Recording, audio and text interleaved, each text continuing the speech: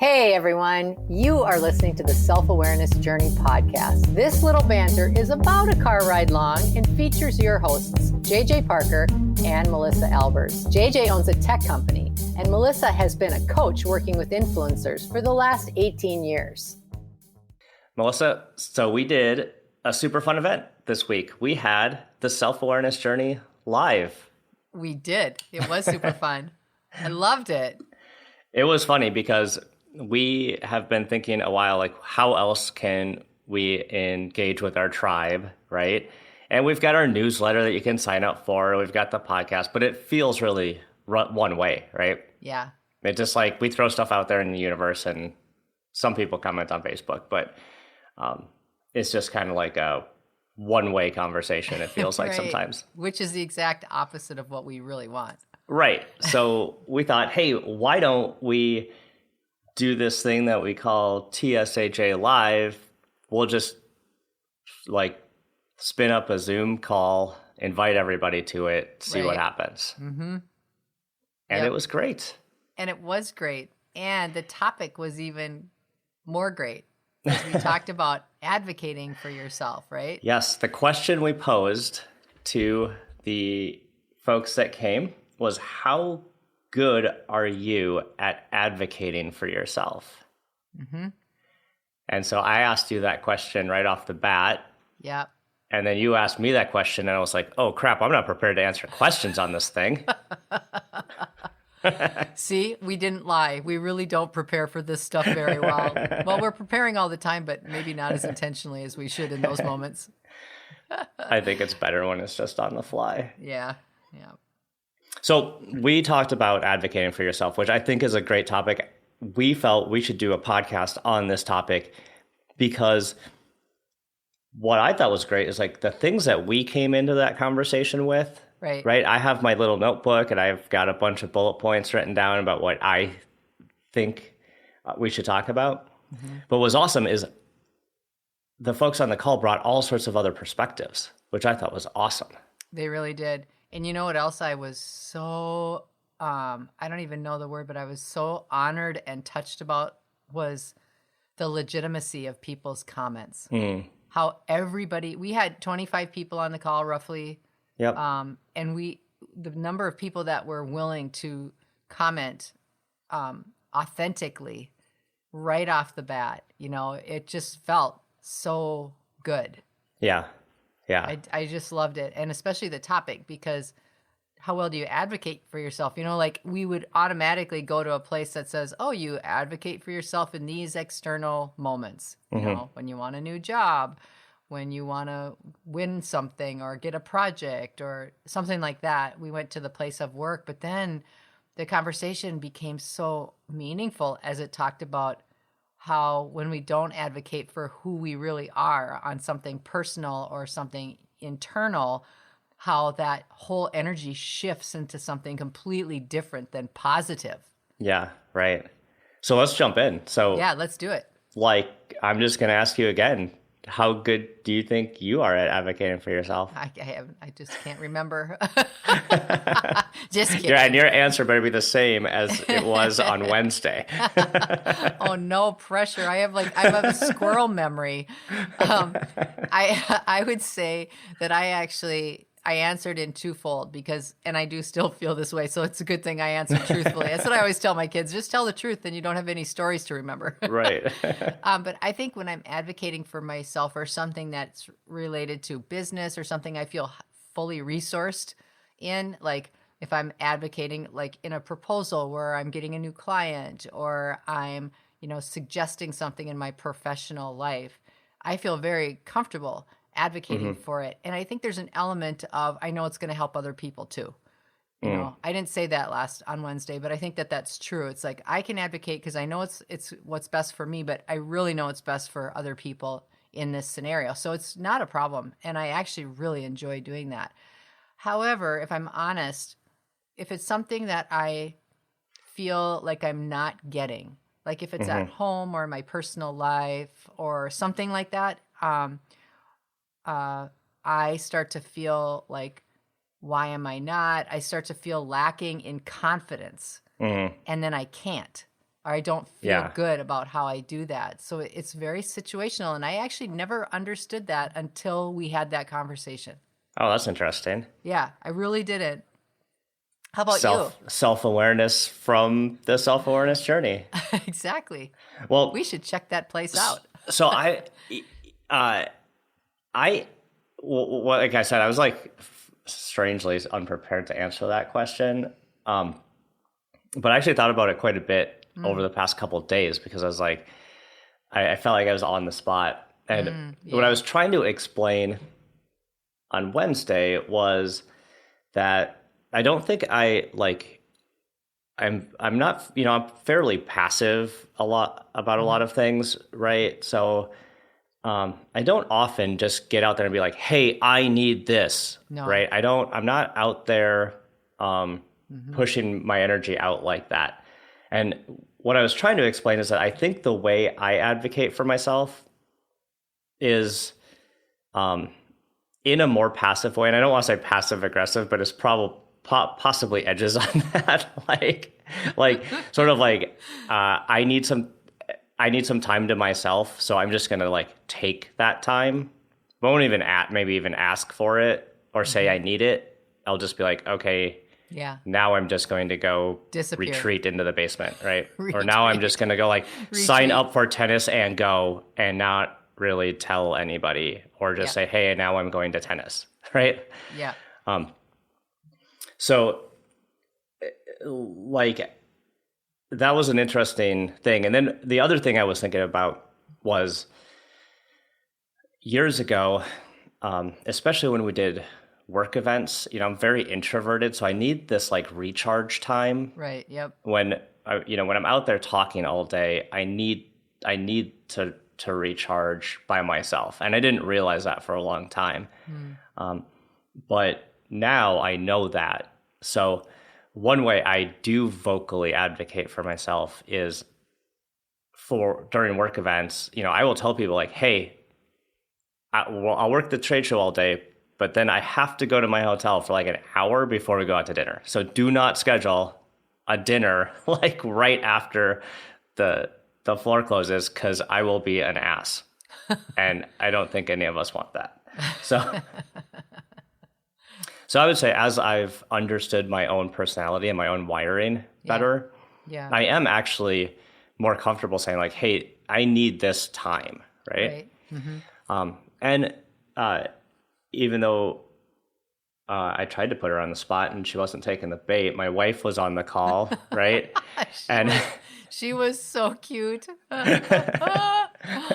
But I think in our relationship, she's obviously super supportive and she understands some of those things I need, right? So what's nice is she knows that sometimes like if I'm working on a project and I just like part of me when I'm in a project, I can't get out of my brain and I just like need to finish part of it. Yeah. Yeah. And she just kind of knows like, oh, JJ's like in that mode where he needs to go get that project out of his brain or whatever. Yeah. So what's nice as our relationship, but that used to be kind of a problem, right? She didn't really understand like maybe why I needed this time, right? Yeah. I think, what's interesting about all this conversation are the feelings behind that. So like that's the state when you recognize something, it's like that. Well, I guess, now that I'm thinking about this, I'm learning that this is my response to needing to take care of myself. But what was so interesting to me on our call, and I've actually thought about it a lot since, has been the level of emotion that's behind it and how much guilt we have for asking for our basic human need. Like what you're describing is a very basic core need for you. It's not out of selfishness. It's not out of getting something over someone else. It's just simply a need for you. It's not a want. It's a need. Yeah, but it feels selfish. That's the thing. And that's what it totally feels selfish. Yeah. Yep. Yeah. And like, why am I putting my needs above other people, right? Yeah. Yep. And then all this guilt washes in. And then then you get mad about it. Yeah. Not you, but generally that's that pattern. It's like we start feeling like we really need something. We just really need something. And then we don't say anything. We don't want to say anything. And it builds and builds and builds. And we start to, because we don't want to say anything because a lot of people on the call talked about, well, my parents were like this, and this is just how it was in our house.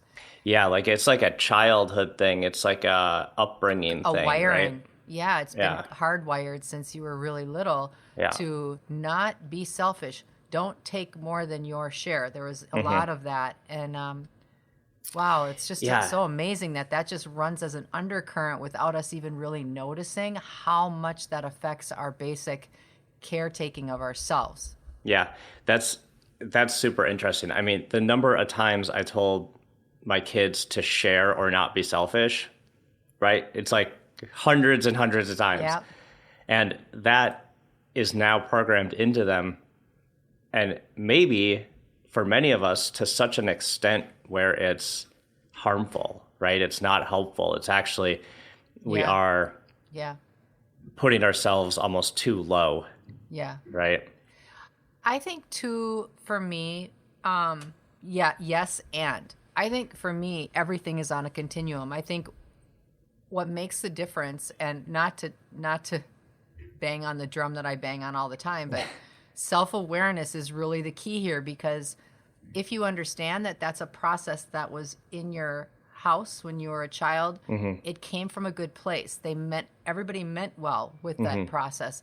And by ignoring your needs to the point that you hold on to that process because you were told to, without actually going in and going, well, does that really apply in this situation? Is Yeah. that true? Yeah. And having that awareness about your own internal dialogue is so critical, I think.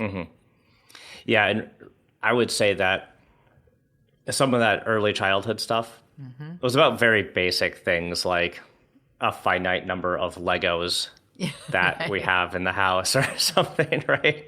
Yeah, right. But Yeah, as true. adults, when we're interacting in our universe, and you and I, talk about we're in a universe of abundance, Yeah. then there is plenty for everybody, and the idea that you have to be so scarce on the resources Yeah.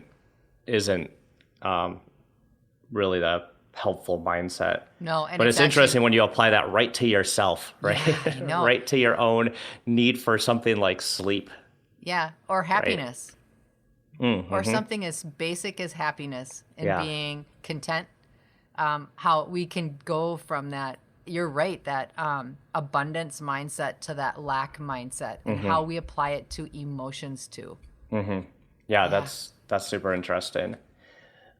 The thing that you talked about with advocating for yourself that I really loved, and a couple of people mentioned even after, was this idea of reactive advocation and proactive, right? Yep, right. So Yep. like an example of reactive would be like, I don't know, I've been up with the kids 3 nights in a row. I'm dead tired. I need, someone else to deal with the kids tonight, right? Right. I need to be able to get some sleep.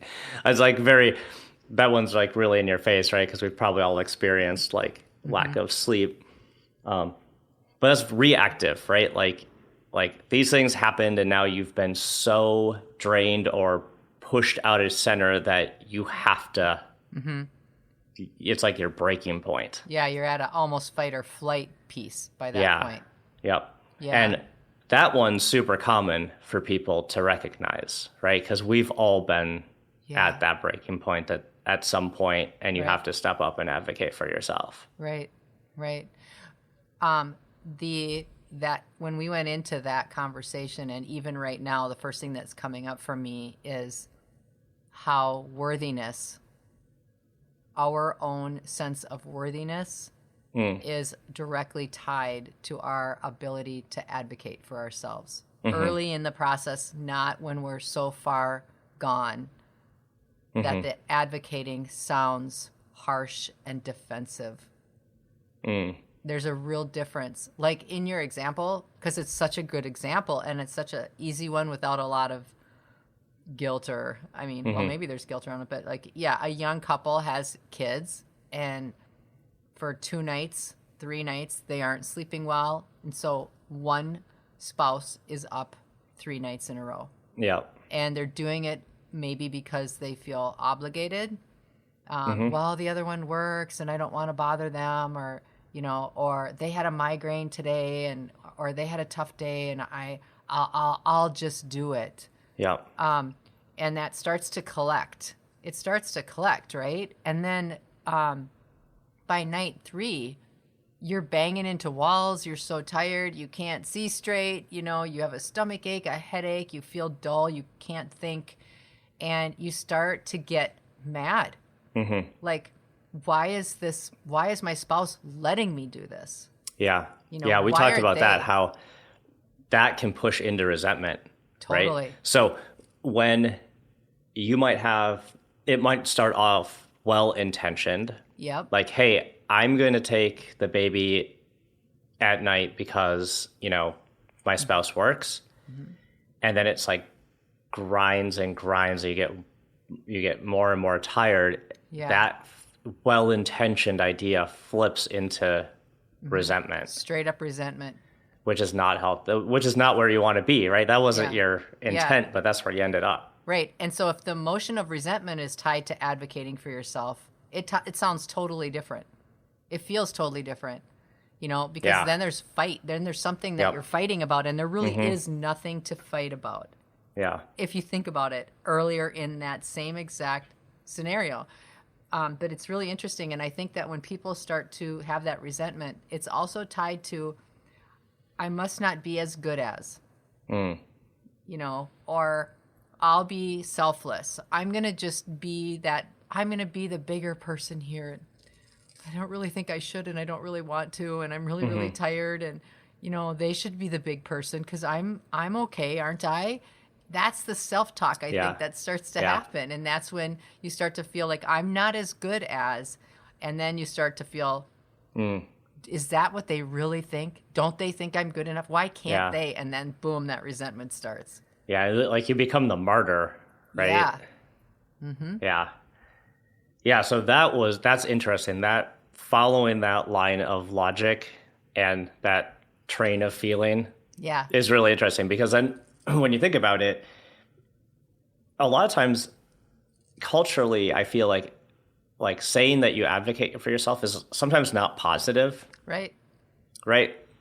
Like again, it might sometimes come off as selfish, but when you follow that line of thinking that we just went through, you're like, wait, it's not selfish. It's actually like more healthy for these relationships. Yeah. Right. Right. Exactly. So I think that's an interesting bit to uncover for people to think about when they feel selfish. The collateral damage can be worse than what they thought. Yes, exactly right. Because then those emotions are really amped up and you can end up having fights with people or it is, don't you think it's kind of interesting? Like it's sort of on a continuum, right? The extreme versions of both don't feel very good and aren't easy to watch in other people or in ourselves, yet that continuum is a very normal, like that's all really normal, like having a hard time, building your own self-worth. It's okay for me to do that. Like that's very, very healthy. And yet if someone spends all their time doing that, then they become like that person. You're like, oh my gosh, I can't watch that person in this meeting. They're so over the top. Right. There's that to the extreme. Oh, that person needs a little help and they're just not asking. And and that person is starting to get kind of crunchy. That's the word I always use. That person's really crunchy now because they're way off the deep end of not asking, and now they're wrapped around the axle really bad. And everyone that they touch and everyone they talk to, it's a thing. It now becomes between those two people. Let's talk about being proactive. Like we talked a bit about proactive, and the great example for proactive advocating for yourself came in the form of asking for a raise at your job. right? Right. Like most people probably like can recall that feeling of like, okay, like I think I've been working hard. I've been here like quite a while. I feel like I deserve a raise. I'm gonna prepare myself to walk in my boss's door and advocate that my hard work and excellent output and everything deserves a raise. Ah, I'm so scared. And everyone freaks out. Well, Well, it's like it does. You have like there's a lot of emotion when Totally. and anxiety and excitement. Like there's a lot going on when you're standing at the threshold of that door. yeah, and fear. There's fear Yep. again. Fear that you might not be good enough. Fear that that they don't have enough to give you what you want. Fear of the unknown. Yeah, there's all kinds Yeah. of fear. And how about the story Dawn gave us in that group where she was giving the example of being a new young employee and how in that environment they had to share a computer. Oh, yeah. Two new people had to share one computer. And the boss came through and said, well, what's it going to take for you guys to get more productive? And she sat right up, even as a young new employee, and said, you want us to be more productive? How about you give us each our own computer? Yeah. And they did. And for all the kids listening, this was like in the 80s when computers were like a very rare thing. I was picturing a big, huge monitor. Yeah, I exactly know. right. We'll get you into a computer. The semi truck will be here next week. Oh, that's But that's funny. interesting. This preparing yourself to advocate in that proactive way. Yes. It's a whole different set of feelings. Yes. Well, I wouldn't say it's a whole different set of feelings, but you go into it sort of in with a different approach, right? Yeah. Yeah. Different feelings, different emotions, different energy. And, I'm always the one beating the drum that says people read your energy before they hear your words. People constantly are checking out how you're showing up before you even talk. They're listening to your body language. We've said that, body language represents 86% of your communication. So if you're coming in with happy, enthusiastic anxiety, people feel that. And that's Yep. kind of fun to see that with some people sometimes. If you come at it with anger and resentment, like I'm really mad you're not doing that, people aren't listening to your words. They're watching you're angry and they're suiting themselves up for protection. Yeah. So what tips did we get for proactively advocating for yourself? Oh, Do you remember? do you remember? I wasn't really listening, to be honest. I'm just kidding. Well, I think we had another like young professional on the call, right? Yeah. And I think what she was talking about was,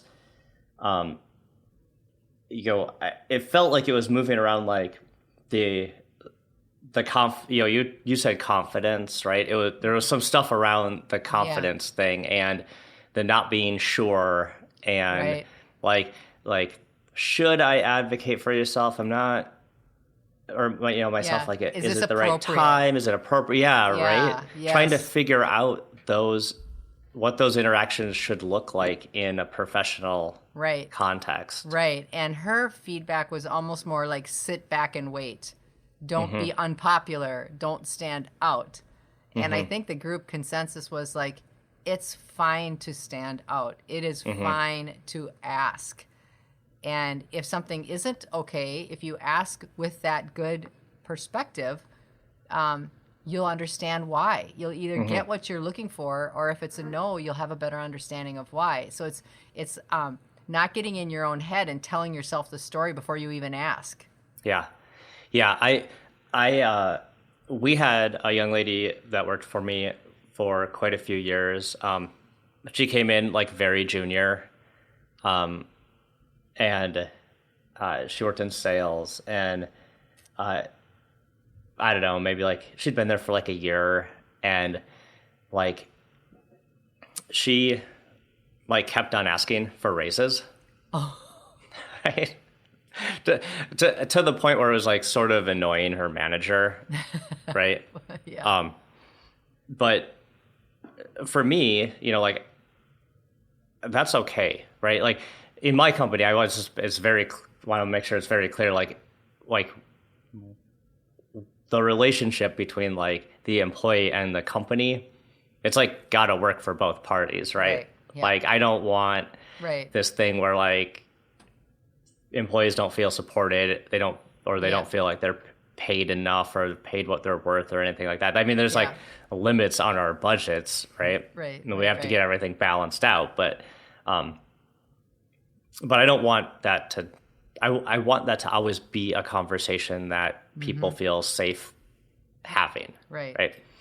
But she would ask all the time, and I thought it was really interesting because she did a great job of saying like, "Hey, like you asked me to do this, I overperformed here. This is why I think I deserve a raise," and it was great. And while it annoyed her manager, I talked to him quite a bit about it, and it's like, it's okay.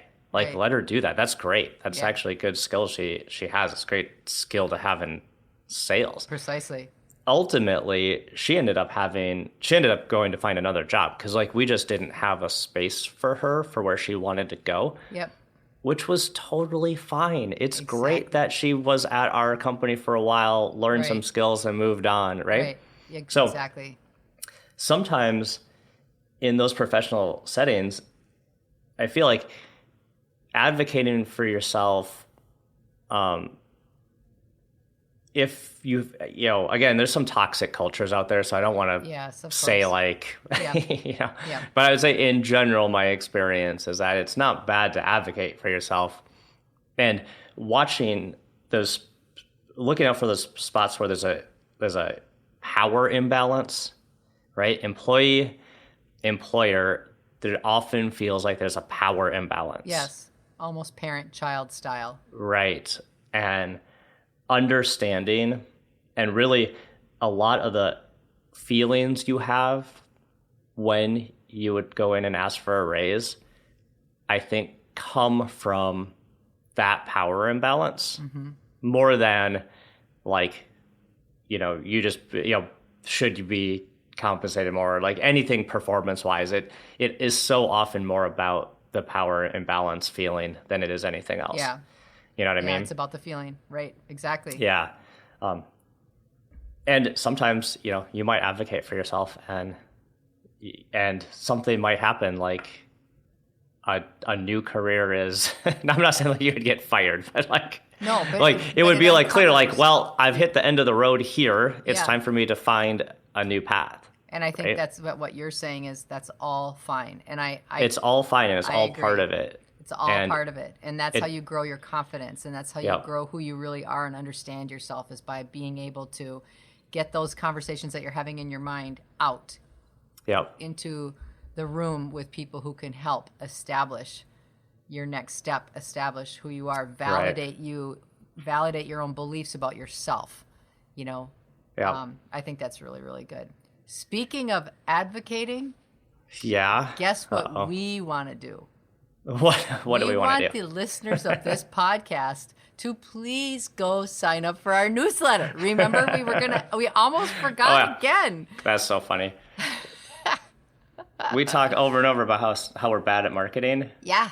And self-promotion. Uh-huh.